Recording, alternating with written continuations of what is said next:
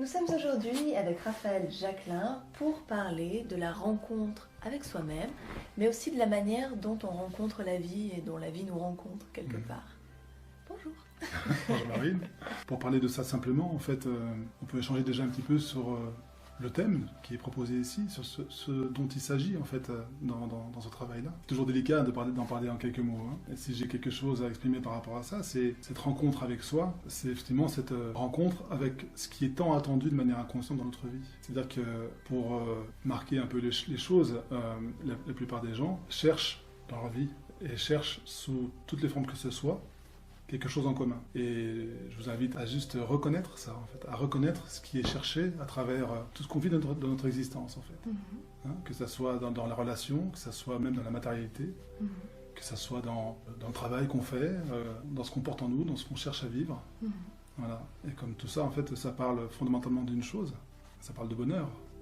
Ça parle d'amour, ça parle de bonheur, d'existence, de se sentir exister, comme on pourrait dire. Et la voie de transformation qui a toujours été là dans l'histoire de l'homme, la voie spirituelle, comme on l'appelle, même si ce mot aujourd'hui est très utilisé de manière insouciante, la voie spirituelle, c'est justement cette rencontre avec soi. Et la voie, elle prend différentes formes, que ce soit la voie religieuse, la voie mystique, la voie du yoga, la voie du vipassana, et encore d'autres, bien sûr, la voie du zen, et puis les voies plus traditionnels, on pourrait dire, qui sont issus de l'Inde. Voilà, et donc du coup, ce qui est proposé ici, en fait, à travers mon expérience, c'est un recoupement avec ces voies traditionnelles, qui sont ces voies de dissociation, de discernement de ce qu'on vit, de ce qui vit en nous, à différents niveaux, et à travers l'axe principal qui est proposé ici, c'est-à-dire l'expérience directe. D'accord, donc en fait, ce que tu es en train de nous expliquer, c'est que quelque part, on prend tous des chemins plus ou moins différents, mais on recherche tous la même chose. Exactement. Ok, ce qui fait déjà un bon point commun pour tout le monde, quoi. De reconnaître ça pour chacun, c'est déjà un bon point, comme tu dis. D'accord. Et du coup, qu'est-ce que tu appelles l'expérience directe? Alors en fait, pour amener ce sujet-là, j'ai juste envie d'amener chacun à sentir comme dans sa vie, mais malgré le vécu des expériences, souvent on porte en nous une forme de témoin, une forme de regard intérieur, qui sait quelque part. Cette expression si célèbre, si je m'étais écouté. Oui, complètement. Voilà.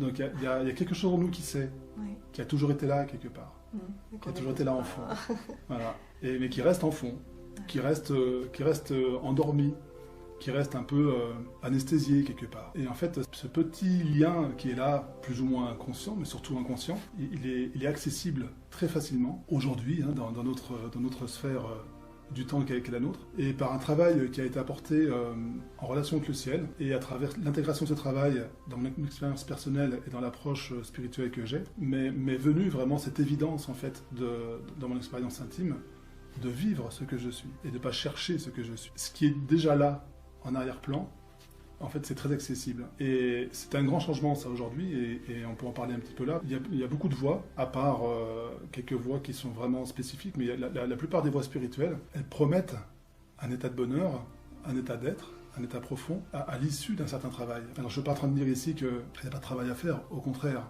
mais que ce qui change dans cette façon de travailler, c'est que ce travail se vit depuis l'expérience de ce qu'on est, plutôt que depuis l'expérience de ce qu'on n'est pas, en cherchant à être. C'est-à-dire que c'est pour maintenant, et pour plus tard, mais pas uniquement pour plus tard. Exactement. Si, comme je l'invite souvent pendant les méditations ou les retraites, s'il y a un instant dans lequel je suis en train de vivre, c'est bien celui-là. Il n'y en a pas d'autre. C'est un piège, ça, vraiment, dans la voie spirituelle, de croire qu'il y a un futur bonheur qui m'attend dans un autre endroit, quoi. C'est maintenant qu'il y a cet accès direct. C'est maintenant qu'il y a cet accès à ce que je suis avec ce qui me compose. Voilà. Et c'est là où le travail, du coup, s'ouvre. C'est-à-dire qu'il y a cet accès direct à ce que nous sommes, de faire de plus en plus de place à ça, à travers ce qui nous compose, donc nos réactions, nos émotions, nos systèmes de pensée, nos structures énergétiques sous différentes formes. Le travail se fait vraiment dans cette globalité, avec cette relation directe avec la vie qui vient nous rencontrer. C'est-à-dire qu'en fonction de ce que nous sommes dans l'instant, dans la loi d'attraction, on pourrait dire, enfin en tout cas dans la vibration qu'on émet, il y a automatiquement, ça ne peut pas être autrement, la parfaite situation, le parfait événement qui vient à notre rencontre pour nous permettre de travailler sur ce qu'on est en train de vivre. Pour nous permettre de transformer ce qu'on est en train de vivre quelque part. C'est un miroir extérieur pour notre intérieur. Exactement. Sachant que dans le miroir, il y a un peu l'image de quelque chose de séparé, alors que dans cette voie d'amour, hein, parce que j'appelle ça la voie du cœur, voilà, ça peut paraître un peu bateau, mais la voie du cœur, parce que vraiment c'est une voie qui se vit depuis le cœur conscient de ce que nous sommes. Il y a cette relation avec la vie qui devient un, justement. Il n'y a plus moi et la vie qui vient me, il y a ce fameux namasté, de deux je viens un. C'est donc effectivement sortir de cette lutte qu'on peut entretenir, parce que si on lutte contre la vie, on lutte contre soi-même quelque part. Que ce soit les conditions, les gens, les expériences que l'on fait, si c'est une extension de nous-mêmes au cœur de la vie, on ne peut pas lutter contre ça. C'est une bataille intérieure qui mène nulle part. Pour nommer les choses, hein, parce que les nommer non pas pour les intellectualiser ou les interpréter, mais pour les reconnaître en nous. Hein. Pour moi, les mots, ils sont très importants et je m'appuie beaucoup sur les mots. Il y a ce qu'on pourrait appeler communément le personnage, on peut appeler ça aussi l'ego. Je n'utilise pas trop ce mot-là parce qu'il a un côté très péjoratif, l'ego, aujourd'hui. Hein, l'ego, mon ego, c'est ce qui ne veut strictement rien dire. Et donc, cet aspect du fonctionnement, en fait, du réflexe, qu'on pourrait appeler aussi le mode survie, c'est-à-dire cette structure à travers laquelle on s'est construit, qui nous permet de faire face aux événements et de prendre appui comme on peut dans la vie, avec nos propres insécurités, nos propres blessures, etc. Tout ça, c'est ce que j'appelle le mode survie. Cette façon de fonctionner, c'est plus un réflexe qu'une profondeur de l'être. En fait. Déjà là, il y a vraiment deux points de vue qui sont distingués dans l'expérience. Ceux qui luttent, c'est un réflexe de refus. C'est ce qui en nous refuse la situation, donc le présent. Il y a le discernement entre effectivement ce qui refuse et l'état d'acceptation. L'état d'accueil que nous sommes. Du point de vue de ce qui lutte, il faudrait arrêter la lutte. Le personnage qui lutte, voilà, il devrait se désinvestir de la lutte. Alors qu'en fait, c'est pas de la lutte dont il s'agit de se désinvestir, mais du personnage qui vit la lutte. Donc c'est vraiment un changement de centre de gravité. C'est un changement de point de vue intérieur et qui se vit vraiment, encore une fois, dans l'expérience directe. Et on peut souvent avoir l'impression, quelque part, que la voix du cœur, par rapport, alors comment on peut l'appeler, le personnage ou la voix de la tête, le personnage, on va prendre le personnage. Ouais, on prend le personnage. On a l'impression que le personnage, il parle super fort, et que la voix du cœur, elle parle doucement, elle murmure en fait, presque. Et du coup, on se dit, mais je l'entends pas. Si, je l'entends, mais elle parle tout doucement. Pourquoi elle parle si doucement? Je vais inverser si tu me permets. Pourquoi il parle trop fort? C'est ça. Qu'est-ce qui parle aussi fort en fait, hein? Les gens perçoivent comme l'ego, comme le personnage, comme ces aspects-là, comme quelque chose de négatif, comme quelque chose qui empêche de. Hein?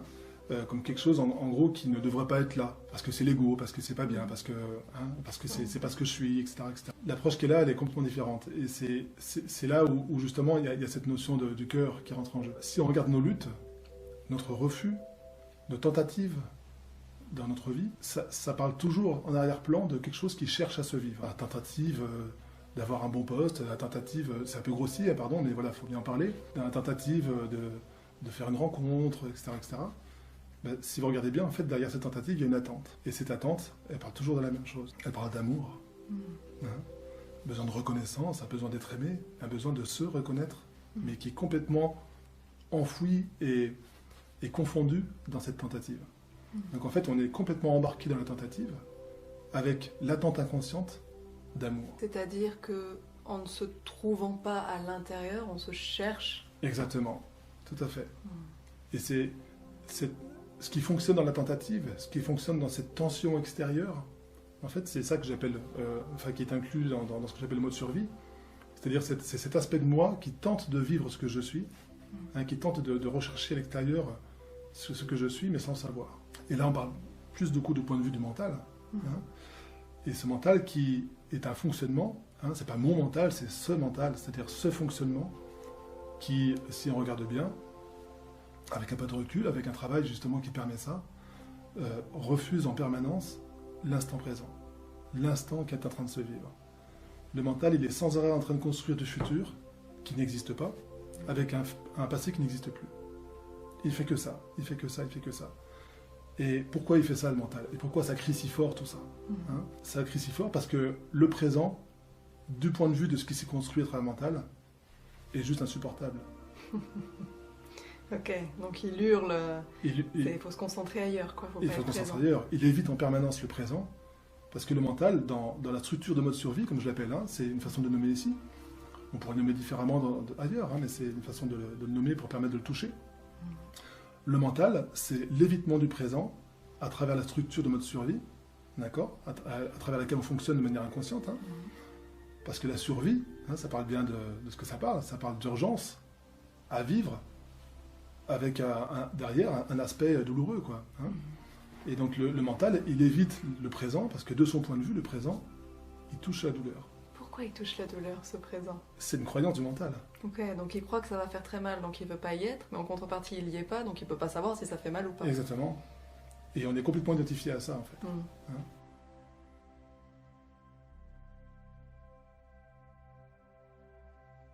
Au début de cette reconnaissance qu'on vit dans sa façon de travailler, ce sont des reconnaissances qui sont, entre guillemets, éphémères. C'est-à-dire que, hop, il y a quelque chose qui se vit. Ça peut être vécu justement comme une expérience dans le sens du personnage qui vit quelque chose, alors que c'est autre chose. C'est vraiment cette conscience que nous sommes qui se reconnaît. À travers un travail, à travers un mouvement, à travers cette conscience d'être qui se déploie, cette façon de se goûter de manière éphémère prend de plus en plus de place. C'est ce qu'on pourrait appeler, à travers la façon de dire les choses aujourd'hui communément, c'est une phase d'éveil. C'est une phase à travers laquelle on est en train de s'éveiller nous-mêmes. Jusqu'à, si je puis dire comme ça, un moment qui se passe où on ne peut plus s'endormir. Ce moment où on ne peut plus s'endormir, il ne faut pas se tromper, c'est le début du vrai travail quelque part. Parce que c'est à partir du moment où on ne peut plus s'endormir qu'on ne peut plus faire autrement que de voir ce qui nous habite, que de voir ce que nous sommes et de voir ce qui nous compose en fait, sous tous ces aspects. En fait, ce que tu es en train d'expliquer là, moi ça me fait vraiment penser comme si on était devant une pièce qu'on n'avait jamais vraiment ouverte et il fait noir à l'intérieur. Et puis on commence à regarder un petit peu et puis d'un coup on allume la lumière. Et donc on voit tout ce qu'il y a dans cette pièce. Donc forcément, on ne peut plus essayer de se convaincre qu'on ne sait pas ce qu'il y a dans la pièce puisqu'on a allumé la lumière. C'est un peu ça que ça m'évoque quand tu dis, voilà, quand on est réveillé, quelque part on ne peut plus se rendormir et faire comme si de rien n'était. C'est ça. Ok. On ne peut plus faire autrement. C'est ça. Je sais ce qu'il y a dans cette pièce. Bon, maintenant il faut que j'arrive à dealer avec ce qu'il y a là-dedans. Mais c'est là quoi. Tout à fait. Et après, si on ne peut plus faire autrement, en fait, c'est un apprentissage vraiment... Et j'aime bien ce mot-là, apprentissage. On est dans l'apprentissage de la sagesse. Donc c'est vraiment l'apprentissage de cette relation d'amour à soi-même, justement. Il ne s'agit pas là d'être au pied du mur avec quelque chose à affronter, c'est tout l'inverse. C'est au contraire une possibilité, à travers ce qu'on reconnaît de nous, dans l'instant, puisqu'on est là, d'embrasser justement ce qui nous compose, d'embrasser tous ces aspects-là qui ont été tant refoulés par le refus. Est-ce que tu aurais peut-être des petites clés pratiques pour justement sortir de la lutte, en tout cas essayer de sortir de la lutte, et puis se reconnecter à cet amour qui est en nous, se reconnecter à la petite voix au-delà du personnage qui crie en fait. Qu'est-ce qu'on peut faire? Alors, ou être en petite clé, il y a très simplement en fait, quand vous êtes dans la lutte, quand vous êtes dans la frustration, dans quelque chose de difficile, c'est vraiment de s'arrêter, de faire un stop intérieur. Ce qu'on appelle l'arrêt dans cette façon de travailler, qui est très important. La chose toute simple, c'est très simplement de se demander, mais comment ça parle de moi, ce qui est en train de se vivre en fait là? Qu'est-ce qui est en train de se vivre là pour moi? Comment ça parle de moi, cette situation-là? Des interrogations très simples qui permettent de vivre cette bascule de reconnaissance en fait. La souffrance ne peut pas sortir de la souffrance. Ce qui vit dans cette identification ne peut pas sortir de l'identification. C'est automatiquement une stratégie qui va rester incluse dans elle-même, j'ai envie de dire. Une petite phrase qui a un sens immense, c'est que seule la présence peut se reconnaître. Et oui, parce que quelque part, tant que c'est le personnage qui veut se défaire du personnage... ça reste le personnage. Ouais. Voilà. Et donc ça tourne en fait, en boucle. On brasse la surface, on se dit oui, je suis en train de faire un travail fantastique, voilà. et en fait pas du tout. Voilà. Et dans le chemin de vie qui est propre à chacun, il peut y avoir besoin de passer même peut-être une existence, plusieurs existences, à brasser au niveau du personnage pour comprendre à un moment donné que c'est plus à ce niveau-là que ça se passe. Il y a autre chose qui appelle. Oui, tant que ça reste intellectuel et qu'on réfléchit à tout ça, à qu'est-ce que ça peut vouloir dire, et à comment, et à pourquoi, et à machin, quelque part c'est le personnage qui entretient son truc-là. Exactement. Mais c'est pas la présence qui irradie derrière, puisqu'elle sait finalement cette présence-là. Exactement. La présence, elle connaît. Ouais. C'est pour ça que je parle de reconnaître. Ouais. Reconnaître ce que je suis en train de vivre. On sent déjà, juste avec ce terme-là, que je ne sais pas savoir ce que je suis en train de vivre. C'est pas pareil. Reconnaître, il y a quelque chose qui s'ouvre, il y a une profondeur. Et reconnaître le besoin de me reconnaître. Reconnaître le besoin de cet appel vraiment intérieur là qui est là en fait, et qui n'attend que moi. Donc la première chose qu'on peut faire, c'est de s'arrêter et dire ok, qu'est-ce qui est en train de se jouer là? Qu'est-ce que ça m'apprend sur moi? Et après, est-ce Est-ce qu'il y a autre chose encore que l'on puisse faire? Ah ouais, je creuse, moi je me dis, bon, alors je m'arrête, première étape, ok. Peut-être c'est déjà de commencer à porter un regard sur tout ce que vous vivez, ou tout ce que tu vis dans ta vie, tout ce que vous vivez dans votre vie, de quoi ça parle en fait. Qu'est-ce qui cherche à se vivre là? Qu'est-ce qui cherche à se vivre quand je suis dans la frustration ou dans la souffrance de ne pas avoir la reconnaissance de l'autre, par exemple, hein?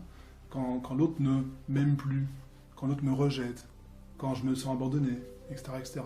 Comment ça vient me chercher, ça? Qu'est-ce que ça vient me faire vivre dans la profondeur? C'est de toutes petites choses que j'ai là, hein? C'est pas aussi simple que ça, mais c'est des portes d'accès, en fait, qui permettent déjà de se rendre compte que toute mon existence, en fait, elle est tournée vers un but, mais qui n'est pas conscient. De me retrouver, moi. D'être. Ouais. La vie, elle n'est pas contre moi, la vie, elle est avec moi. La vie, elle m'invite à regarder en moi ce qui est en réaction, et derrière ce qui est en réaction, à ce qui est blessé en moi, à ce qui demande de l'attention. Tout ce qu'on voit, ou ce qu'on a l'habitude de voir comme un blocage, de changer de regard dessus, mais de sentir comme, en fait, ça, c'est une demande d'attention qui est là. Hein, quand j'ai quelque chose qui bloque au niveau de la gorge, on voudrait s'en débarrasser. Hein, ça, c'est le personnage qui intervient, hein, et qui intervient en permanence pour se débarrasser de ce qui gêne. Et alors qu'en fait, ce qui est vu comme un blocage, le corps le manifeste comme une demande d'attention. Notre corps, c'est un transmetteur, c'est un témoin. Et c'est la dernière possibilité, en fait, de notre inconscient d'être entendu. Et dans notre mode survie, dans notre façon de fonctionner, dans le refus, et ben en fait, on est encore à l'éviter. Alors que c'est une invitation à la vie de nous reconnaître. C'est une invitation de la vie d'entrer en relation avec nous-mêmes.